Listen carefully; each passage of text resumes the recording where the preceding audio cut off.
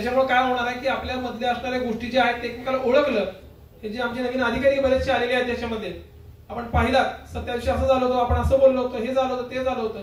पुढचे 10 दिवस हे सर्वजण आपापल्या बीटमध्ये तुमच्या मंडळांना भेटी देणार आहेत. तसं काहींनी सुचवलं की आपण पोलिसांना मान देऊयात, चांगली गोष्ट आहे. त्यामुळे काय होईल, आपले आणि त्यांचे संवाद वाढतील पोलिसांचे. पुढचे मग गणपती विसर्जनच्या वेळेला जो काही गोष्टी या फक्त नजरेनं किंवा बॉडी लँग्वेज होऊन जातात. साहेब 1 मिनिट, ठीक आहे, कारण ही ओळख झाली असते 10 दिवसांची आणि तुमचंही साध्य होतंय, पोलिसांचंही साध्य होतंय. यावेळी टोकाची भूमिका होत नाही. यासाठी हा आजचा कार्यक्रम आयोजित केला होता आणि आपण सर्वजण आहात त्याबद्दल धन्यवाद. रुपेजी, आपण म्हणालात की 10 वाजता देखावे बंद केले जातात आणि मग त्याच्यानंतर मग तो रस राहत नाही, कारण बरेचदा सगळेजण व्यापारी विशेषतः रात्री 9 नंतर बाहेर पडतात, मग ते सण असल्यासारखं वाटत नाही. आम्ही देखील यामध्ये सहमत आहोत. एक मार्ग असा काढूयात की आपली जी आरास आहे, विक्रमजी पण म्हटले आरास कंटिन्यू ठेवूयात आपण. आरास 12च्या पुढे तर कोणच राहत नाही किंवा त्याच्या पुढे थांबणं बरोबर पण नाहीये. आरास आपली राहू देत 12 वाजेपर्यंत. आवाज मात्र एकदम कमी, ठीक आहे. त्या मुद्द्यावर आपलं हा मध्यम मार्ग काहीतरी निघतो. परंतु त्यामध्ये पण काय असं तुम्हाला मी सांगतो, 112 नावाचं आपल्याकडे एक अस्त्र आहे, ते आपण आपल्या विरोधातच वापरतो. आम्हाला माहित असतं की फोन करणार कोण आहे, पण आम्ही सांगू शकत नाही समोरच्याला. बऱ्याचदा 90% केसेस मध्ये फोन करणारा आणि ते ज्याच्या विरुद्ध आहे ते कायमस्वरूपी एकत्रच असतात. तर ती काळजी घ्या. 112ला फोन केल्यानंतर आम्हाला मर्यादा आहेत. 5 मिनिटं 6 मिनिटांमध्ये आम्हाला ते निरसन करून वरती कॉल द्यावा लागतो. आयजी कंट्रोलला किंवा डीजी कंट्रोलला त्याचा रिपोर्ट दिली जात असतो. आपल्याला क्रम प्राप्त आहे, आमचे हात बांधलेले आहेत, अशा वेळेला आम्ही थांबू शकत नाही. अशा वेळेला आमचे अधिकारी किंवा अंमलदार येतील यांच्याशी आपण सौजन्याने वागून सहकार्य करावे. त्यामुळं देखाव्यांच्या लाईटच्या बाबतीतला आम्ही काही प्रॉब्लेम नाहीये. यू कंटिन्यू जे काय आरास आहे तुमची राहू द्या. आवाज शक्यतो इतका कमी असला पाहिजे की त्या मंडळाचं जे काही आरास आहे त्याला जो पूरक आहे तेवढा तो असला पाहिजे. आता तुम्ही परत तिथे एक पीस आणि एक टॉप लावून जर आरास ठेवली 10 नंतर तर त्याला काही अर्थ नाहीये. शांतता कमिटीच्या रिस्ट्रक्चर, मला वाटतं तो मुद्दा कालबाह्य होतोय. जर उत्सव समिती स्थापन करतायत तर तो मुद्दा कालबाह्य होतोय. कारण उत्सव कसा साजरा करतात आणि काय अडचणी आहेत याचा निर्णय जर उत्सव समितीत होत असेल, उत्सवाच्या बाबतीतला फक्त, तर मग शांतता कमिटीकडे आपल्याला इतर विषय सुद्धा देता येतात. म्हणजे बाकी डिपार्टमेंटचे इकडचे तिकडचे हे आपल्याला जास्त विषय तिकडे अधिक चांगल्या पद्धतीने घेता येतात. त्यामुळे तो मुद्दा जो आहे तो उत्सव समिती अधिक चांगली करणं. आता मला वाटतं खूप चांगला सहभाग मिळालेला आहे. 250-300च्या आसपास लोक आहेत. तर ही जर कंटिन्यू राहिली तर दरवेळी 500 मुलं येत राहतील. आणि हे नाना आपण कधी आलात? बरं झालं, म्हणजे ते नव्हते, ते साताऱ्याला गेले होते. मी म्हणलं यायला लागतंय, आपण काल सगळ्यात पुढे होतात, तर आपण नाही आला तर चुकीचा मेसेज देईल. ते लगेच जसं काम आहे तसं टाकून आलेत. धन्यवाद. त्यानंतर काकासाहेबांनी सांगितलं बाकी डिपार्टमेंटचे लोक आहेत, तर ते बघूया. आम्ही थकतोय बऱ्याचदा की बोलवून काय आणायचं असते, कारण काय आमचं एकट्याच आहे. प्रत्येकानं आलं पाहिजे, प्रत्येकानं स्वतःहून म्हटलं पाहिजे की हे असं करूया तसं करूया. ते मग प्रत्येक वेळेला ते जर प्रोटोकॉलनुसार होत राहिले तरी मजा नाही राहत. आमच्या हिशोबाने जेवढं होतंय तेवढं आम्ही करू. शेनोली बद्दल एकाने सांगितलं की डॉल्बीच्या परमिशन वाढवा, पण 16 आणि 17 तारखेपर्यंत, 17 तारखे शेवटची तारीख आहे ती प्रशासनाकडून वरूनच आलेली आहे, ज्याच्यामध्ये आपल्याला मिरवणुकीची परवानगी आहे. 17 नंतर आपण देत नाहीये. तर त्यामध्ये तुम्ही 14, 15, 16, 17 असं करा. तुम्हाला 4 दिवस पाहिजे तर तसे 4 दिवस तुम्ही करू शकता. 1 दिवस पुढे मागे करून आपल्याला ऍडजस्टमेंट काय करता येते का बघा. ती परमिशन आपण रिव्हर्स मध्ये देऊ शकतो. 2 मंडळांना आजच्या 2 दिवशी वगैरे आपण देऊ शकतो, ते करता येईल. त्यानंतर चावडी चौकामध्ये मात्र आपण एक अभिनव उपक्रम आपण यावेळी करतोय. जसं पाटील साहेबांनी डिक्लेअर केलं की गणराया अवॉर्ड असेल, गणराया अवॉर्ड समिती तिथं असेल. चावडी चौकाचं यावेळी मॅनेजमेंट तुम्हाला पूर्णतः बदललेलं दिसेल. बऱ्याचदा ते विस्कळीत होतं.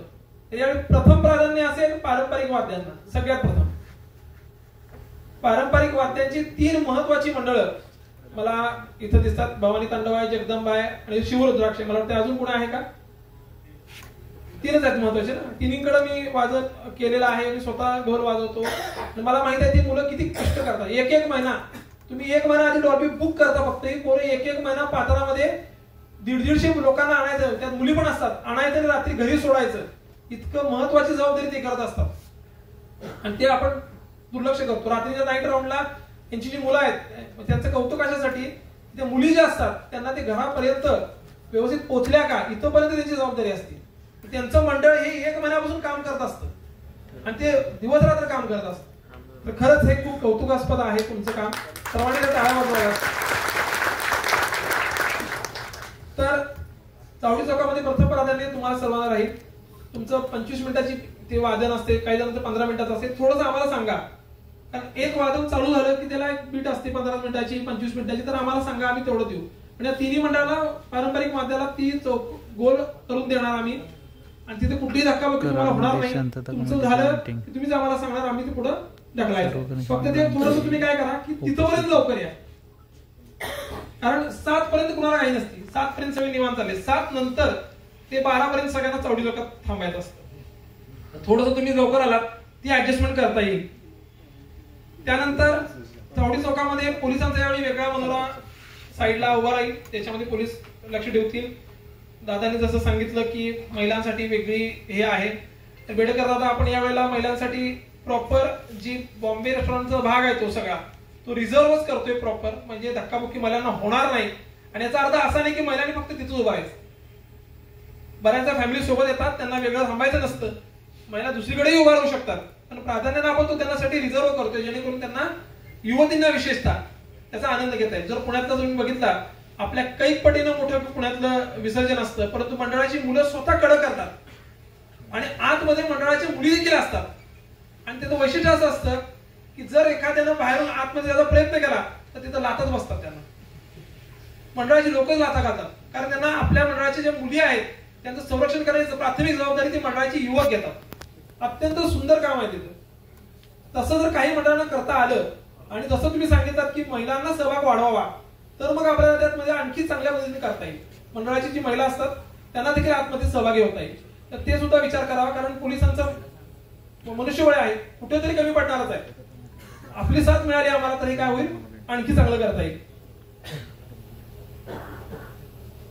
फक्त मंडळाच्या जे आपण आरास करतो तिथे कुठेतरी दिसेल असं तिथं contact number 2-3 contact number responsible पर्सनचे आम्हाला द्या. म्हणजे मंडळात काहीतरी चुकीचं झालं किंवा काय झालं तर आमचे आम्हाला तत्काळ फोन करून त्या मंडळाच्या अध्यक्षांना बोलवू शकतात किंवा काय सूचना असतील तर देऊ शकतात. ते थोडं अध्यक्षांचं किंवा जे कोण ऍक्टिव्ह मुलं आहेत जे अवेलेबल आहेत 10 दिवस त्यांचं तिथं नावं आणि मोबाईल नंबर आलं पाहिजे.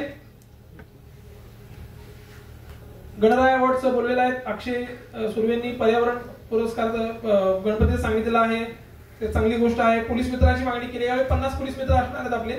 आपण जनरली प्रत्येक कॉलेजची युवक आणि युवती पोलीस मित्र म्हणून घेतोय, साधारण 50. आणि त्यांना आपण जॅकेट देतोय पिवळ्या कलरचं, ज्याच्यामध्ये पोलीस मित्र असं स्पष्ट लिहिलं असेल आणि त्यांना एक आयडेंटिटी कार्ड असेल, कॅपही असेल, जेणेकरून त्यांना ते आयडेंटिफाय होतील आणि त्यांनाही जबाबदारीचं भान राहील की काय पोलीस म्हणजे काय काम करतो. आपल्यापैकी एकाने ते व्यवस्थित सांगितलं होतं की पोलीस काय काम करतात आणि ते 10 दिवस कसं काम करतात. चांगली गोष्ट आहे. त्यानंतर गणेश कापसे, आपलं वक्तृत्व कुठे गणेश कापसे? नाही, खरंच आपलं वक्तृत्व चांगलं आहे आणि जसे आपण आक्रमक आहात तसं वक्तृत्वावरती देखील आपली चांगली पकड आहे. आपण चांगले पॉइंट मांडले की महिला सुरक्षा आणि लोकप्रतिनिधी त्यांना देखील याच्यामध्ये इन्व्हॉल्व करा, त्यांना देखील जबाबदार धरा. याच्यानंतरचा पॉइंट आपण काही मांडले होते त्याच्याबद्दल बोलतो.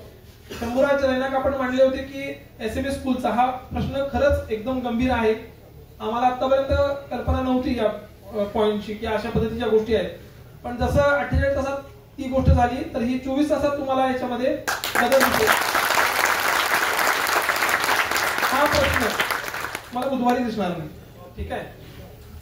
त्यानंतर परत गुलालाचा प्रश्न आला किंवा त्या कालच्या घटनेचा प्रश्न आला. माझंही हेच मत आहे की दोन्ही समाजानं एक टॉलरन्स लिमिट ठेवली पाहिजे. काही गोष्टी सोडून द्यायच्या असतात, काही गोष्टी चर्चा करून सोडून द्यायच्या असतात, लावून धरायच्या नसतात.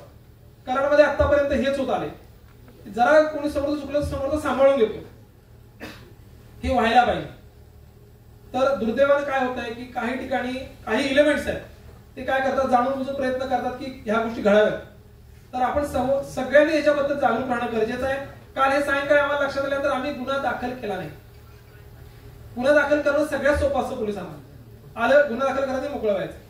गुन्हा दाखल न करणं धोकादायक असतं. आम्ही त्यामध्ये एनसी सुद्धा घेतली नाही.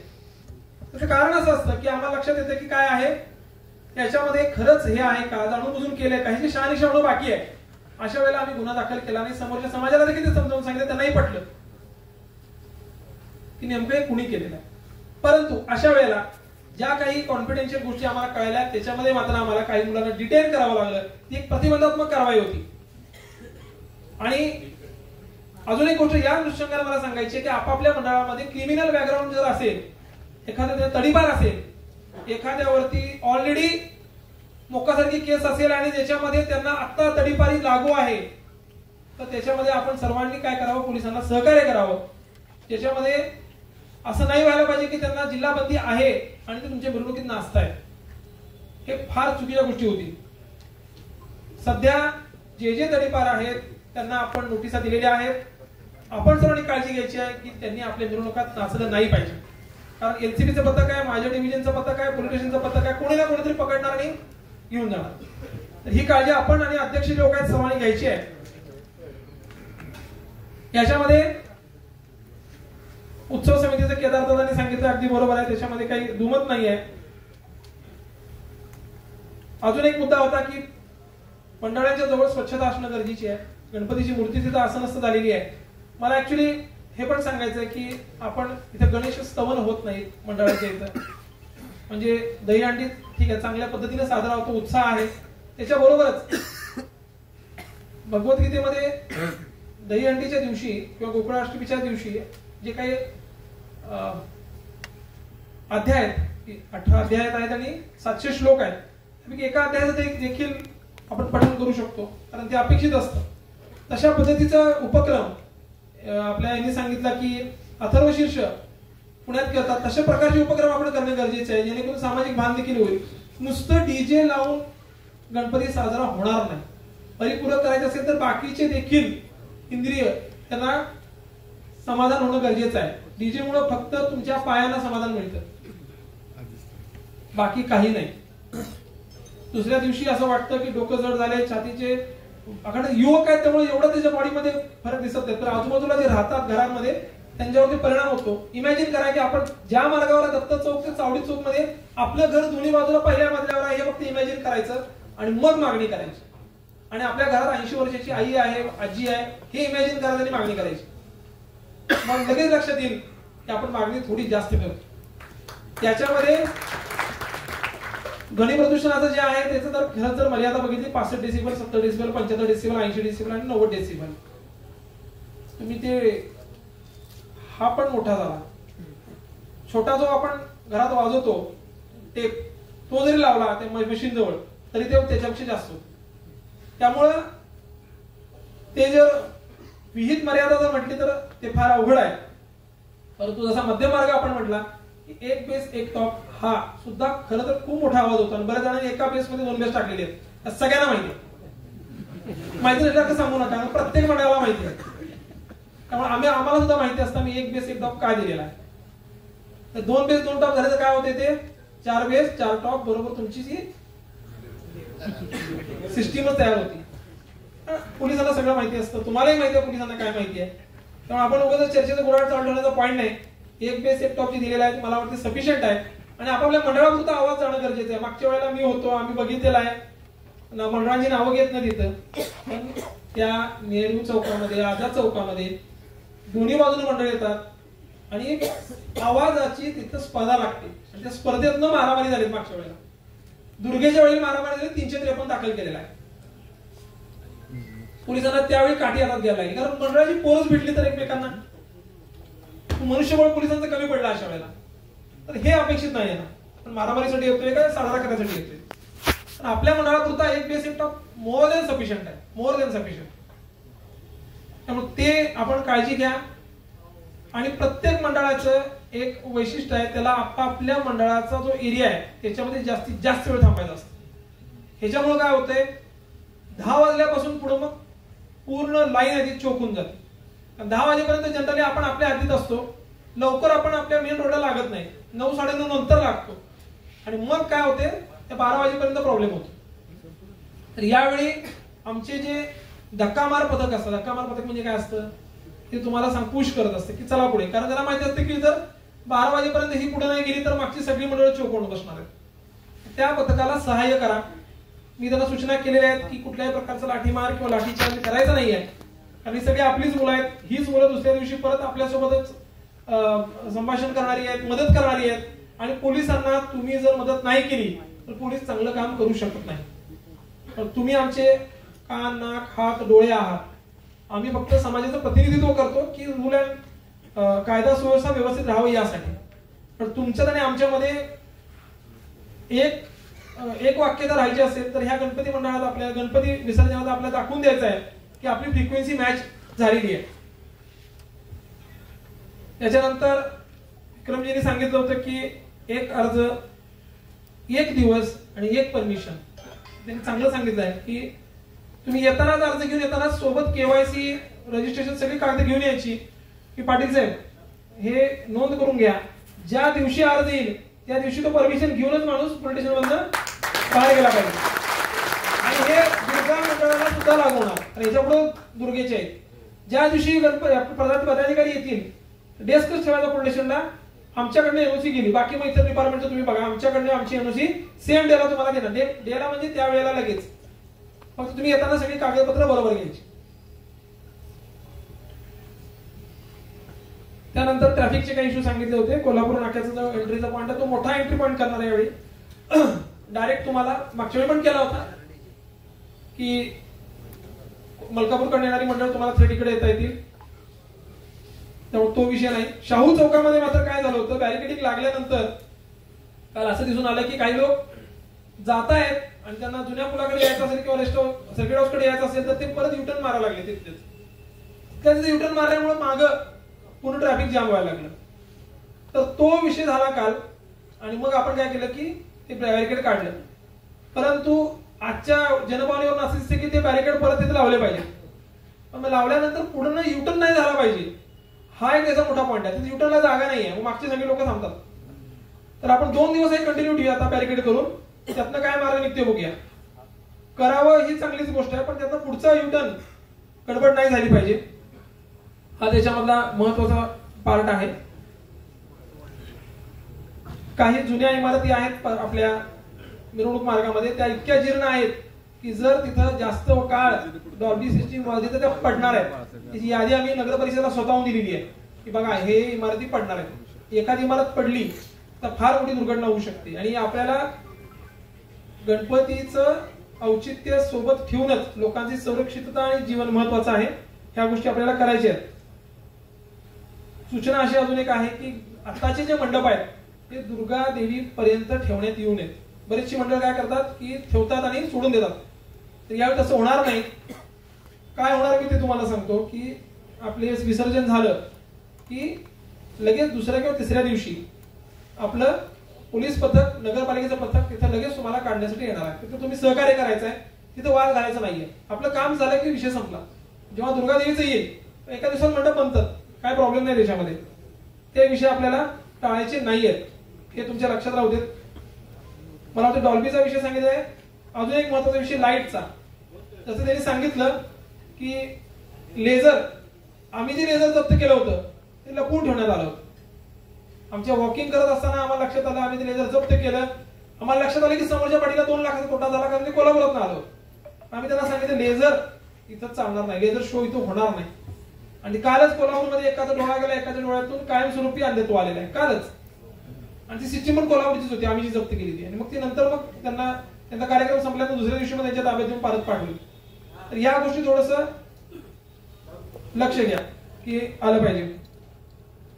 पाचवड फाट्याचा बद्दल विषय होता, तर तिथं देखील चांगली सूचना होती की पाचवड फाट्याला ट्रॅफिक कामं जर आम्ही देऊ ते व्यवस्थित करण्यात येईल. वाठारच्या गणपतीची आजच माहिती काढतो. नाही वाठाराबद्दल जरा जास्त प्रेम दिसतंय. तर काका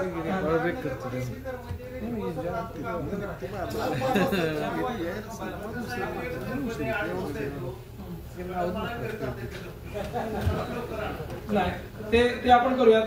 गरज वाटलं तर आपण सगळे मिळून एका गाडीतून जाऊयात, त्या मंडळाला आपण विनंती करूयात.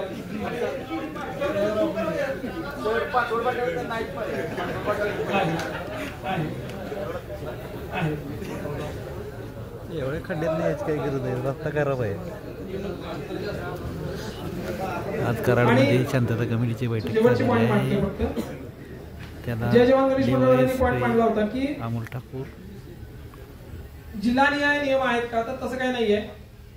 नियम राज्याचे असतात.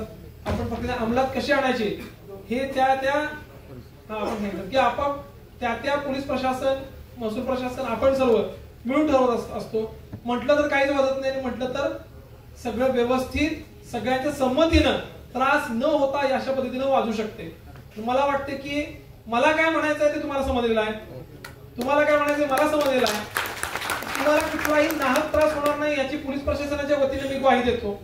पोलीस प्रशासनाला तुम्ही सहकार्य करा आणि या वर्षीचा गणपती उत्सव आतापर्यंतच्या गणपती उत्सवामधला सगळ्यात सुंदर पद्धतीने आणि सगळ्यात सुंदर पद्धतीनं जोशपूर्ण वातावरणात आपण साजरा करूया असं मी आपल्याला आवाहन करतो आणि इथंच सांगतो.